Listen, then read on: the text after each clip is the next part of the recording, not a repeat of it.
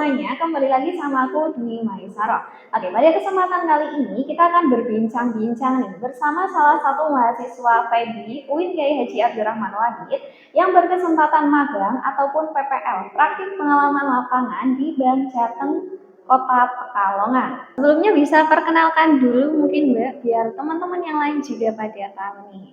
Oke, sebelumnya. Halo semuanya, perkenalkan nama saya Nurhalida. Saya dari Program Studi Ekonomi Syariah FEB UIN Kiai Haji Abdurrahman Wahid Pekalongan, semester 7. Biasa dipanggil siapa Mbak? Bisa dipanggil Lida saja boleh, Mbak. Oke, Mbak Lida ya. Ya, Gimana nih kabarnya Mbak Lida hari ini? alhamdulillah sehat sih. Mbak Mai gimana kabarnya? Alhamdulillah sehat juga ini. Oke, untuk yang pertama mungkin saya kepo nih mau tanya, apa sih yang membuat Mbak Lida itu minat untuk magang di Bank Jateng Kota Pekalongan? Ya, minat ya. Kenapa saya minat untuk melakukan PPL atau praktik pengalaman kerja di Bank Jateng Pekalongan?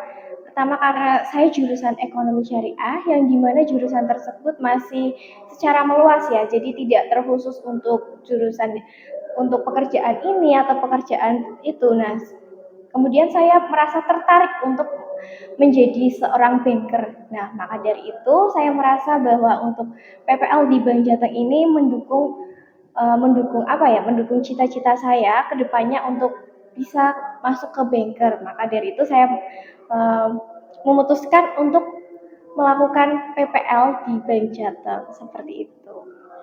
Oke, berarti berminat karena Mbak Lida itu mempunyai cita-cita untuk menjadi seorang banker ya? Ya. Oke, mungkin dari teman-teman ada yang belum tahu nih, Bank Jateng itu apa sih? Kalau bisa dijelaskan mungkin Mbak, Bank Jateng secara umum itu seperti apa? Oke. Mungkin saya menjelaskan sedikit saja ya terkait Bank Jateng itu seperti apa. Jadi Bank Jateng atau Badan Bank Pembangunan Daerah ya, ini didirikan oleh pemerintah daerah ya. Jadi Bank Jateng ini termasuk salah satu dari badan usaha milik daerah yaitu Jawa Tengah seperti itu, Mbak. Nah, kemudian kalau misal kita mau magang di Bank Jateng itu seleksinya gimana sih Mbak? Ya, jadi untuk magang di Bank Jateng sendiri itu seleksinya berbeda ya. Berbeda dengan magang di tempat lain yang dimana mereka hanya mengajukan surat kepada suatu instansi untuk melakukan magang di tempat tersebut sesuai arahan dari pihak jurusan. Nah, kalau dari Bank Jateng sendiri itu seleksinya berbeda. Kita bukan instansi yang mengikuti jurusan berapa lamanya dan seperti apa magangnya, tapi kita sebagai mahasiswa yang mengikuti magangnya itu seperti apa. Mengikuti dalam artian dari Bank Jatengnya itu inginnya seperti apa, berapa lamanya juga kita mengikuti dari Bank Jateng seperti itu, dan kita juga melakukan seleksian ya, penyeleksiannya itu kita melakukan secara online. Kita melakukan pemberkasan secara online, kita ajukan, kita kirimkan kepada Bank Jateng Pusat yang berpusat di Semarang ya, kita kirimkan ke sana terkait berkas-berkas yang dibutuhkan. Kemudian kita juga mengirimkan video perkenalan ke Bank Jatengnya ya, melalui sebuah link yang sudah disediakan dari Bank Jateng Pusat Semarang seperti itu. Oke, berarti bisa dikatakan bahwa seleksinya itu cukup ketat ya Mbak ya? Ya, cukup ketat dan bahkan kita juga tidak tahu kita akan ditempatkan di Bank Jateng mana gitu. Kita tidak bisa memilih kita inginnya itu ditempatkan di sini di Pekalongan atau di Tegal, di Brebes, itu kita tidak bisa memilih, tergantung nanti dari pusat yang membagi kita itu di mananya. Jadi tidak bisa milih, dan temannya juga ya, partner kita selama magang di Bank Jateng itu juga kita tidak bisa milih dengan siapa-siapanya.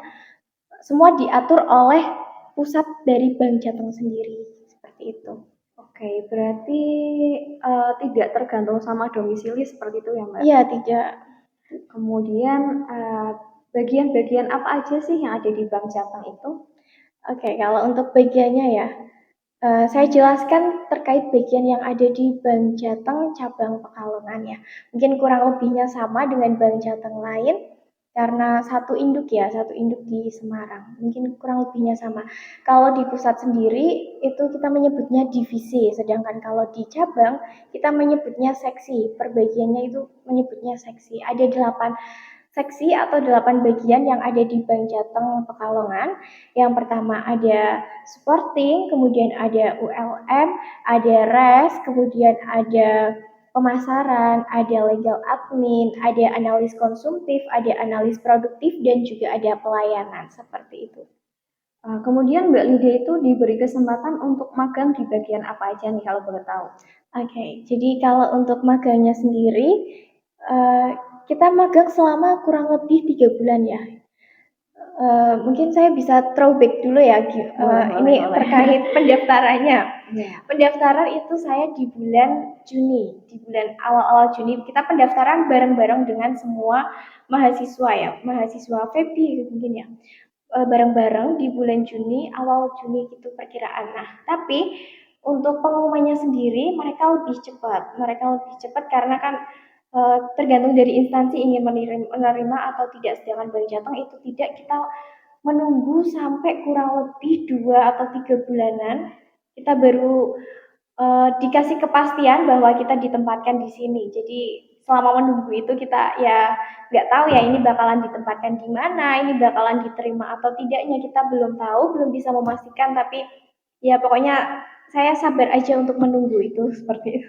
Kemudian saya magang itu mulai dari 2 Oktober, tanggal 2 Oktober sampai dengan tanggal 31 Desember ya. Jadi kurang lebihnya 3 bulan lah ya. Nah, untuk bagiannya sendiri, karena ada 8 bagian, jadi kita di rolling. Saya bersama partner ya, jadi yang ditempatkan di cabang Pekalongan itu ada 2 orang, saya bersama teman saya, kita di rolling sesuai sesuai arahan dari pendamping kita yang ada di Bank Jateng, yaitu dari Kasih Supporting seperti itu, namanya ada Pak Adi. Nah, Pak Adi itu yang membagi kita hari ini di sini, kita hari ini di sini seperti itu. Karena ada 8 bagian, kita di rolling ditempatkan di 7 bagian ya. Yang satu itu tidak, di ULM itu enggak, karena kurang lebihnya sama lah, kita di analis produktif itu sama. Jadi saya tidak ditempatkan di ULM. Untuk penempatan sendiri, 2 minggu awal itu saya ditempatkan di pelayanan, kemudian 2 minggu selanjutnya saya ditempatkan di legal admin, 2 minggu selanjutnya saya ditempatkan di supporting, kemudian 1 minggu saya ditempatkan di analis konsumtif ya, di analis konsumtif, kemudian 1 minggu di analis produktif, karena tugas analis konsumtif maupun produktif itu kurang lebih sama. Kemudian saya ditempatkan di res. Res itu restrukturisasi penyelesaian kredit. Kemudian setelah itu 2 minggu terakhir saya ditempatkan di pemasaran. Seperti itu. Oke, berarti Mbak Lydia itu sudah hampir menyeluruh ya di Ya. bagian yang ada di Bank Jateng. Nah, tadi kan udah dijelaskan ya bahwa Mbak Lydia itu udah hampir ke semua bagiannya ya. Iya. Kalau boleh tahu itu tugasnya ngapain aja Mbak dari masing-masing bagiannya? Oke. Untuk tugas ya. Iya. Jadi tugas dari magang di Bank Jateng itu kita mengikuti perbagiannya itu ngapain kita ikutin, kita diajarin seperti itu. Saya kurang tahu ya kalau untuk PPL di tempat lain itu apakah sama sistemnya seperti itu. Tapi kalau di Bank Jateng Pekalongan sendiri kita mengikuti, benar-benar mengikuti gimana sih kerja mereka itu seperti apa. Contoh pada saat saya jelaskan satu persatu ya. Iya. Saya jelaskan dari seksi di bagian pelayanan. Saya pada saat itu ditempatkan di bagian pelayanan. Saya mengikuti tugas teller. Teller itu mereka menghitung uang ya. Saya juga baru tahu, mendapatkan ilmu baru di pelayanan, bahwa di teller itu kita diberikan waktu selama 25 detik untuk bisa menyelesaikan 100 lembar uang ya. Untuk menghitung satu bendel uang itu selama lamanya itu 25 detik seperti itu. Kemudian bagaimana kita melayani nasabah dengan ramah agar mereka nyaman untuk melakukan transaksi di Bank Jateng. Kemudian juga di pelayanan itu kan ada teller, ada customer service, kemudian ada back office juga. Nah, itu di 3 tempat itu saya belajar. Kemudian di back office kita mempelajari tentang bagaimana sih terkait apa ya, nasabah pensiunan mereka itu seperti apa, untuk melakukan pencairan uang pensiunan mereka, kemudian untuk gaji PNS yang melalui Bank Jateng itu mekanismenya seperti apa, itu saya belajar di bagian pelayanan, tepatnya di back office, karena pelayanan itu ada 3 bagian. Kemudian setelah itu 2 minggu selanjutnya saya ditempatkan di legal admin. Nah, di legal admin ini saya belajar bagaimana cara akad ya.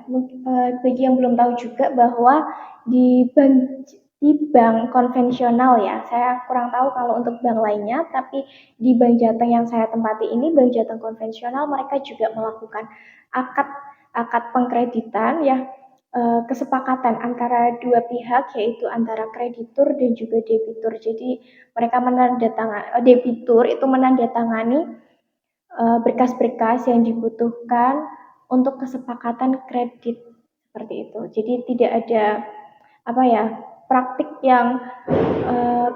ilegal yang tiba-tiba kok ditagih seperti ini, itu enggak, karena sudah disepakati dari awal berapa biaya adminnya, biaya pencairan yang bisa didapatkan oleh nasabah, apakah ada blokiran atau tidak, seperti itu dijelaskan pada saat awal. Nah, itu saya biasa menemani karyawan dari legal admin untuk melakukan akad tersebut. Kemudian saya juga membantu dari legal admin untuk mencari berkas-berkas untuk pengajuan yang sudah ada di Bank Jateng ya. Mana berkas tersebut ada dari tahun 2015 sampai tahun 2023. Itu saya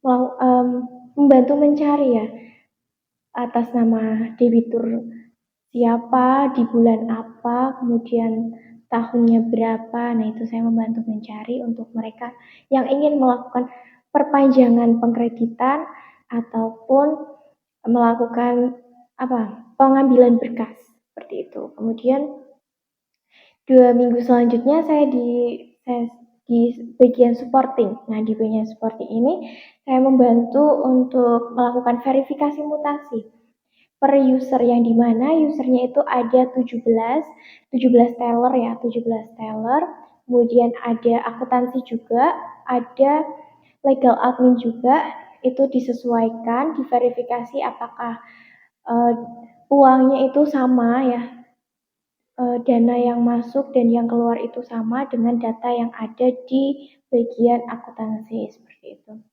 Nah, di supporting itu kan juga ada akuntansi. Nah, tapi saya tidak menjangkau untuk bagian akuntansinya, saya hanya melakukan di bagian mutasi saja. Kemudian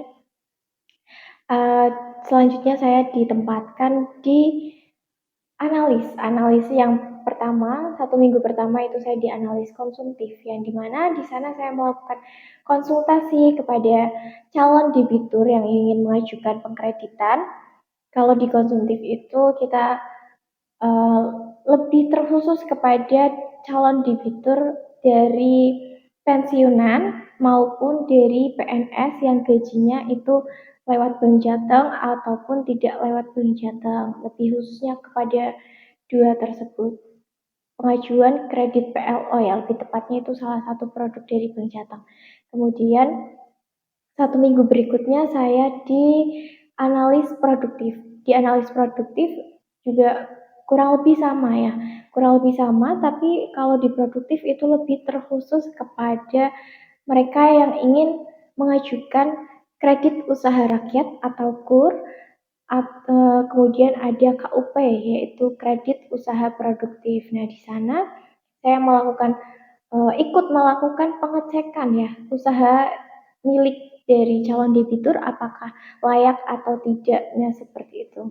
Melakukan survei lokasi, survei tempat jaminannya itu seperti apa. Nah, di analis ini kita juga diberikan pelajaran bagaimana sih kita menyeleksi calon debitur apakah layak atau tidaknya untuk melakukan pengajuan kredit di Bank Jateng dengan cara mengecek slip dari debitur tersebut. Jadi di dalam slip itu kita bisa tahu apakah debitur ini sedang ada kredit di bank lain ataupun mungkin pernah macet atau tidaknya.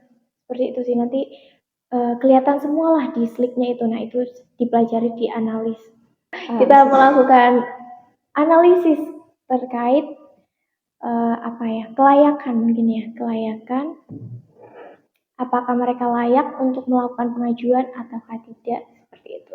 Nah, kemudian setelah dianalis, saya ditempatkan di RPK atau restrukturisasi penyelamatan kredit. Nah, di RPK ini saya belajar bagaimana sih kita melakukan penagihan kepada debitur ya, debitur yang memiliki kredit di Bank Jateng, tetapi mereka itu macet dalam pembayaran. Nah, debitur masuk ke res itu kurang lebih 2-3 bulan ke atas, mereka yang macet dalam pengkreditan. Nah, itu di bagian RPK yang akan menyelesaikan, yang akan melakukan penagihan. Nah, itu saya ikut.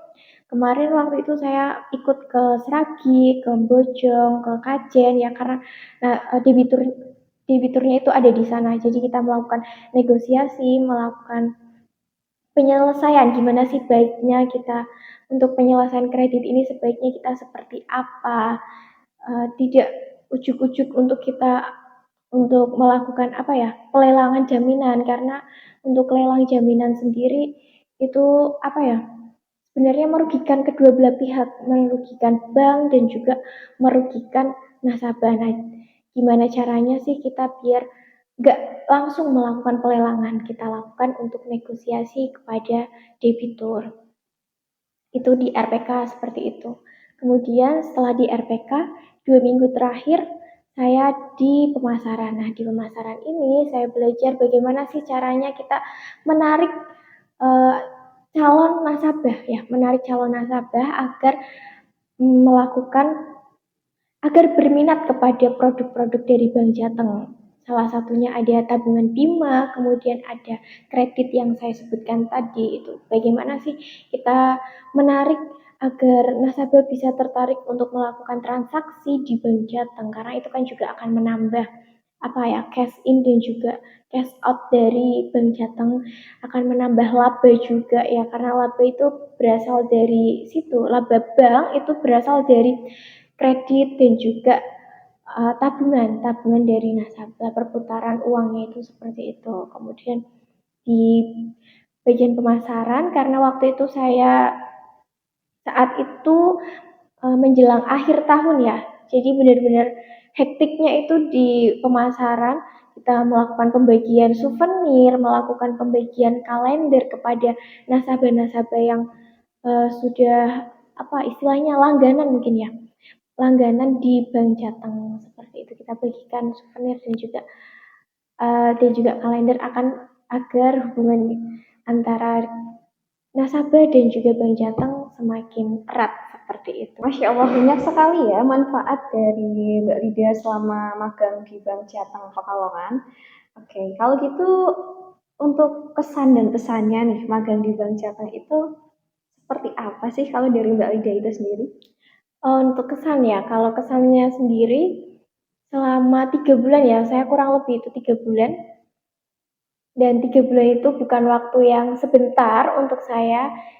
Di waktu 3 bulan ini saya bisa memahami gimana sih mekanisme banker yang sebenarnya, kita tahu bagaimana seluk-beluk secara mendetail kinerja banker itu seperti apa, dari mulai frontliner maupun di backlinernya ya, kita tahu seperti apa proses transaksinya, bagaimana kita uh, mengetahui ya laba dari bank itu seperti apa, untuk menarik nasabah itu seperti apa, itu kesan yang sangat sangat luar biasa. Jadi saya melakukan PPL di Bank Jateng itu merupakan kesempatan yang luar biasa. Saya mendapatkan banyak sekali pengalaman dan juga pengajaran di sana, karena saya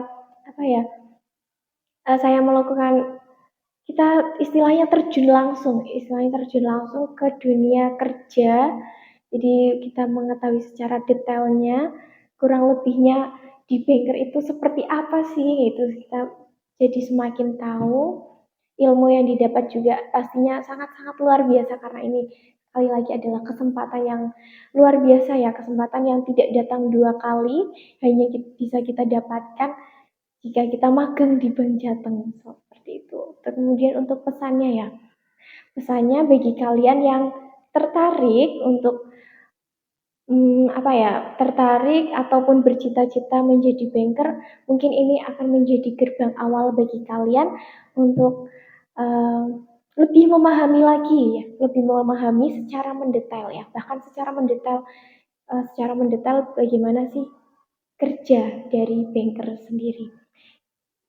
Salah satu gerbang awal bagi kalian untuk memasuki dunia banker dan prospeknya itu juga cukup bagus ya di Bank Jateng karena nanti kita diberikan surat rekomendasi dari Bank Jateng itu sendiri. Jadi apa ya, kesempatan kita untuk masuk ke dunia bank itu lebih besar, satu langkah lebih maju lah daripada teman-teman seperti itu kalau saya bilang. Oke, itu ya. Buat teman-teman barangkali berminat nih di dunia bank, bahwasanya magang di Bank Jateng itu merupakan gerbang awal ya, ataupun pilihan yang tidak salah. Pilihan yang tepat magang di Bank Jateng untuk memulai kalian terjun ke dunia bank. Oke, kalau gitu kita langsung ke closing statement aja kali ya. Oke, barangkali dari Mbak Lydia ada closing statement nggak? Sedikit closing statement dari saya ya. Mau sepintar apapun kalian di dunia perkuliahan, tidak akan sama ketika kalian terjun langsung ke dunia kerja, karena itu dua hal yang berbeda. Jadi jangan sombong kalau kalian pintar di dunia perkuliahan, maka akan pintar juga di dunia kerja, karena itu dua hal yang berbeda. Kalian masih harus belajar lagi ya, walaupun sudah pintar di dunia perkuliahan, tapi ketika kita terjun langsung ke dunia pekerjaan, kita harus belajar lagi, memulai lagi dari nol, memulai lagi dari bawah, dan pastinya harus beradaptasi ya, harus pintar-pintar bagaimana caranya beradaptasi, bagaimana kita belajar secara cepat untuk memenuhi target-target yang diinginkan suatu instansi tersebut. Seperti itu Mbak Mai. Sedikit closing statement dari saya yang semoga cerita saya ini bisa menginspirasi teman-teman semua yang ingin magang di Bank Jateng. Oke, terima kasih Mbak Lydia untuk closing statement-nya dan juga saya mau berterima kasih nih. Terima kasih Mbak Lydia sudah berkenan hadir dan juga bercerita sama kita semua ya pengalaman magang di Bank Jateng itu seperti apa, tentang dunia kerja di Bank Jateng itu seperti apa. Terima kasih Mbak Lydia. Ya, sama-sama Mbak Mai dan semoga apa ya, sekali lagi semoga ini menginspirasi, bukan harus dijadikan patokan untuk kalian. Wah, berarti kalau masuk Bank Jateng pasti bakalan kayak gini kayak gini. Itu jangan dijadikan gambaran secara jelas ya, karena yang saya rasakan tentunya akan berbeda dengan yang kalian rasakan seperti itu. Jadi coba dulu saja kalau memang kalian tertarik untuk magang di Bank Jateng. Jangan takut, terus berproses, terus semangat, ambil baiknya, buang buruknya. Oke, karena udah closing statement maka saya Dewi Maisaro pamit undur diri ya. Mohon maaf apabila ada tutur kata yang kurang berkenan. Terima kasih. Wassalamualaikum warahmatullahi wabarakatuh.